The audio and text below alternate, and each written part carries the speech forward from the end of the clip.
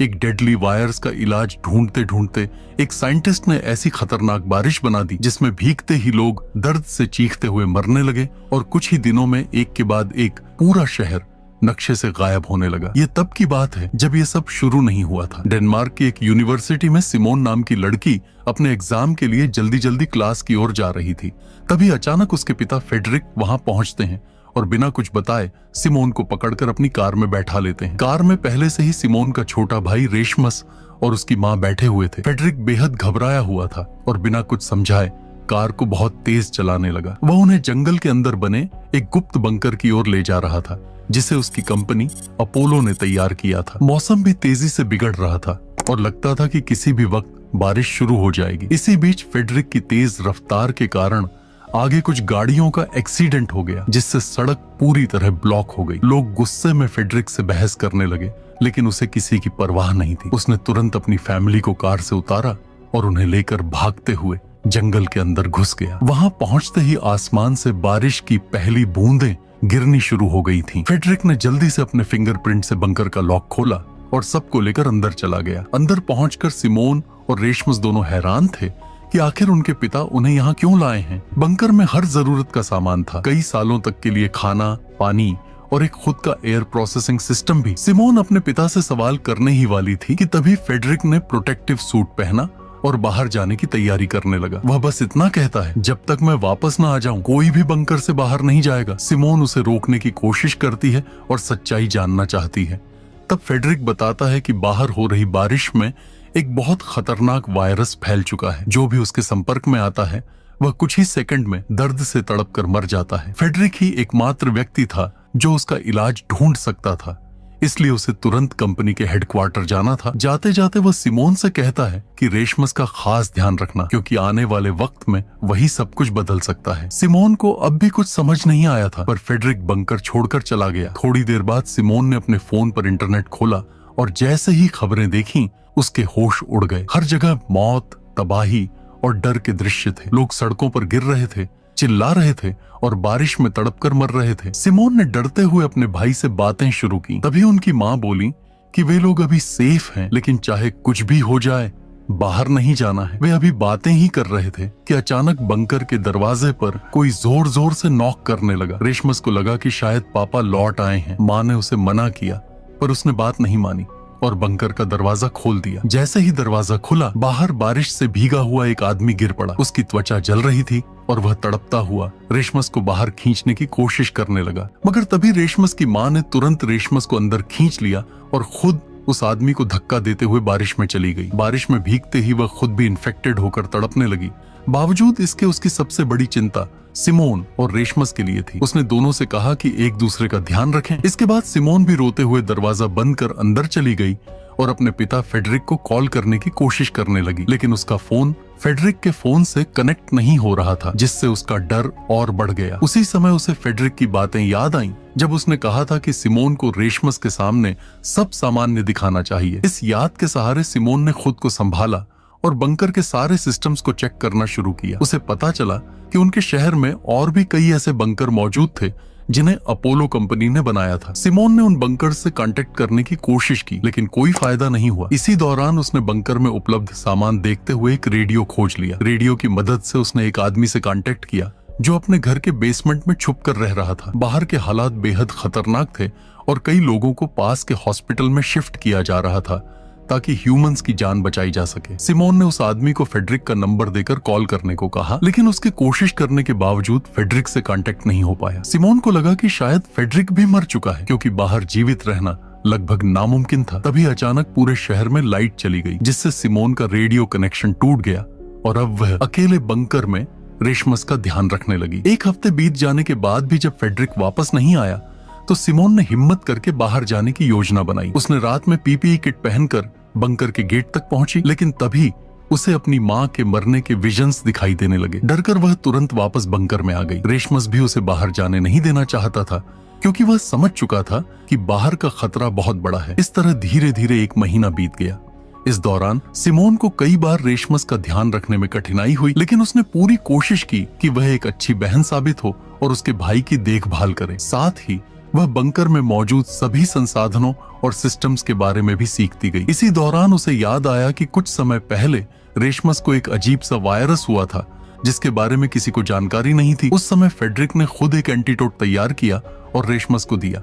बाद में फेडरिक की कंपनी को भी इस वायरस की जानकारी मिली और उन्होंने फेडरिक से पूरी रिपोर्ट सबमिट करने को कहा। सिमोन को शक होने लगा कि शायद यह वायरस फेडरिक ने ही बनाया होगा। अब तक लगभग 6 साल बीत चुके थे, लेकिन फेडरिक के बारे में सिमोन को कोई जानकारी नहीं थी। रेशमस भी अब बड़ा हो चुका था और बाहर जाकर खाने की तलाश करना चाहता था क्योंकि बंकर में उनका खाना बहुत कम बचा था। सिमोन ने पहले तो मना किया, लेकिन फिर सोचा कि खुद जाकर खतरे का जायजा लेना जरूरी है। रात के समय जब रेशमस सो गया, सिमोन ने पीपीई किट पहनकर बंकर के बाहर निकलने का फैसला किया। बाहर निकलते ही उसे अपनी माँ के विजन्स दिखाई देने लगे, लेकिन इस बार उसने खुद को संभाला और आगे बढ़ी। बाहर आकर उसने देखा कि उसकी माँ का शरीर अब केवल कंकाल बन चुका था। पास में एक हिरण खड़ा था जिसे देखकर सिमोन आगे बढ़ी। सड़क पर कई कारें खराब हालत में पड़ी थीं और चारों तरफ जंगल उग चुका था। सिमोन ने उन चीजों पर ध्यान नहीं दिया और अपने उद्देश्य की ओर बढ़ती रही। वह उस हॉस्पिटल तक पहुंची जहां लोगों को सुरक्षित रखा गया था। कई बार आवाज लगाने के बाद भी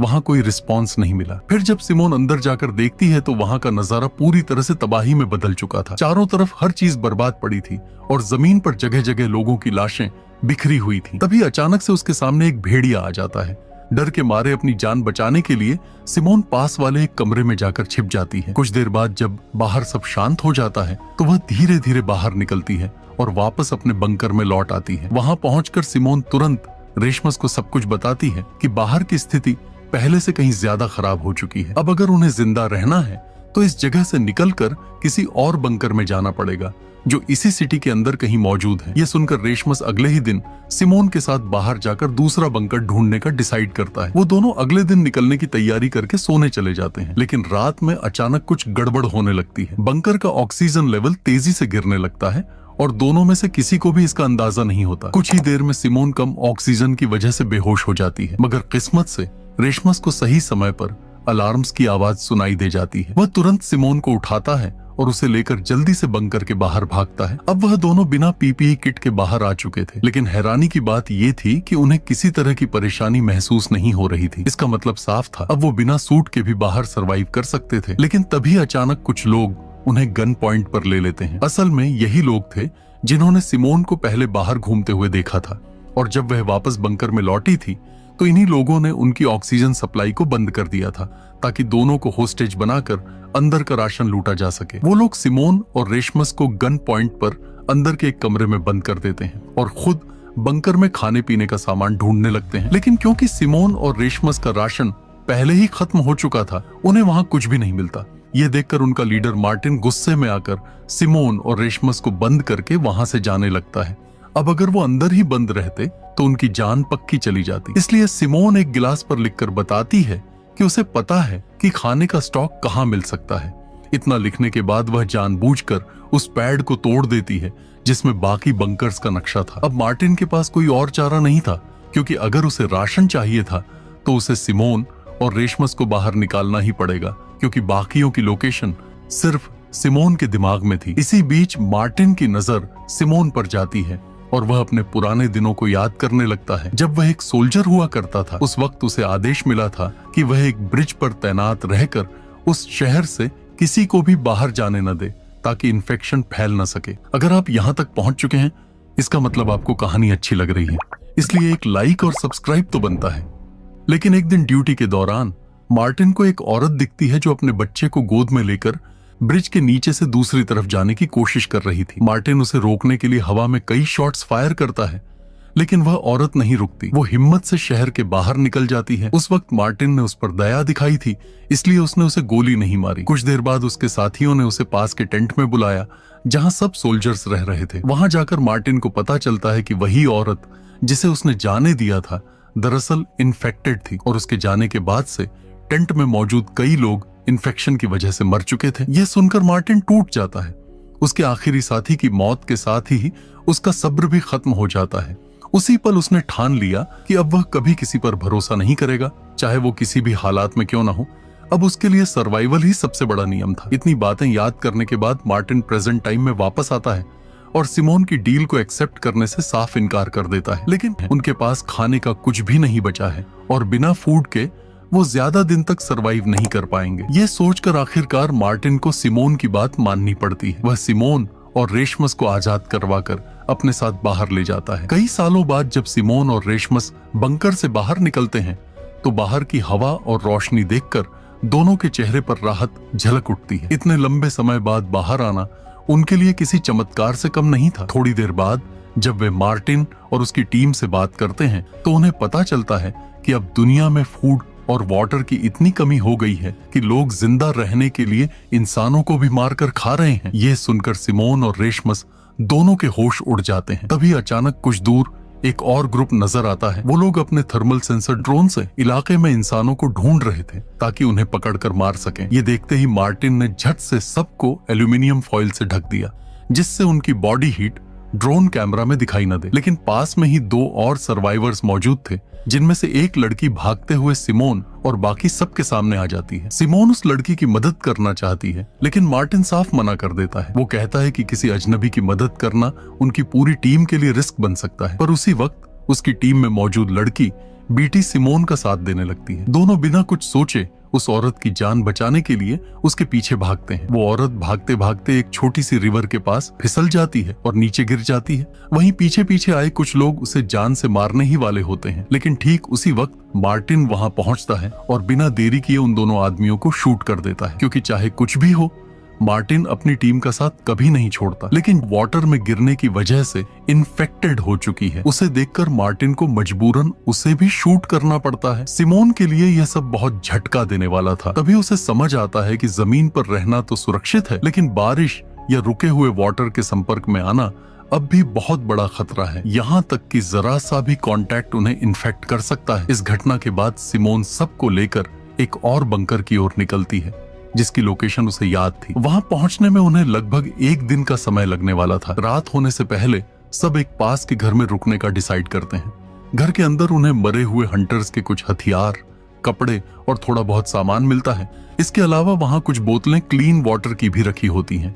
ये देखकर जॉन अपनी बीमार साथी लिया को वो पानी पिलाता है। उनकी आपसी केयर देखकर सिमोन के चेहरे पर मुस्कान आ जाती है। पहले तो वो बस उनके सहारे अगले बंकर तक पहुंचना चाहती थी लेकिन अब उसे महसूस होता है कि ये लोग बुरे नहीं हैं। धीरे धीरे सिमोन का मन सच में मार्टिन और उसकी टीम की मदद करने को तैयार होने लगता है। अगली सुबह सब सफर फिर से शुरू करते हैं। रास्ते में अचानक रेशमस का पैर एक पानी से भरे गड्ढे में चला जाता है। ये देखते ही मार्टिन तुरंत अपनी गन निकाल लेता है और उसे शूट करने वाला होता है। लेकिन तभी सिमोन बीच में आकर उसके सामने खड़ी हो जाती है और उसे रोक लेती है। वो तुरंत रेशमस का जूता उतारती है और उसकी सॉक्स चेक करती है। हैरानी की बात यह थी कि वो पूरी तरह सूखी थी। दैट मीन्स रेशमस का जूता वाटरप्रूफ था और उसे किसी भी तरह का इन्फेक्शन नहीं हुआ था। ये देखकर मार्टिन चैन की सांस लेता है और अपनी गन नीचे कर देता है। फिर वो सब मिलकर अपनी यात्रा जारी रखते हैं और आखिरकार उस दूसरे बंकर तक पहुंच जाते हैं।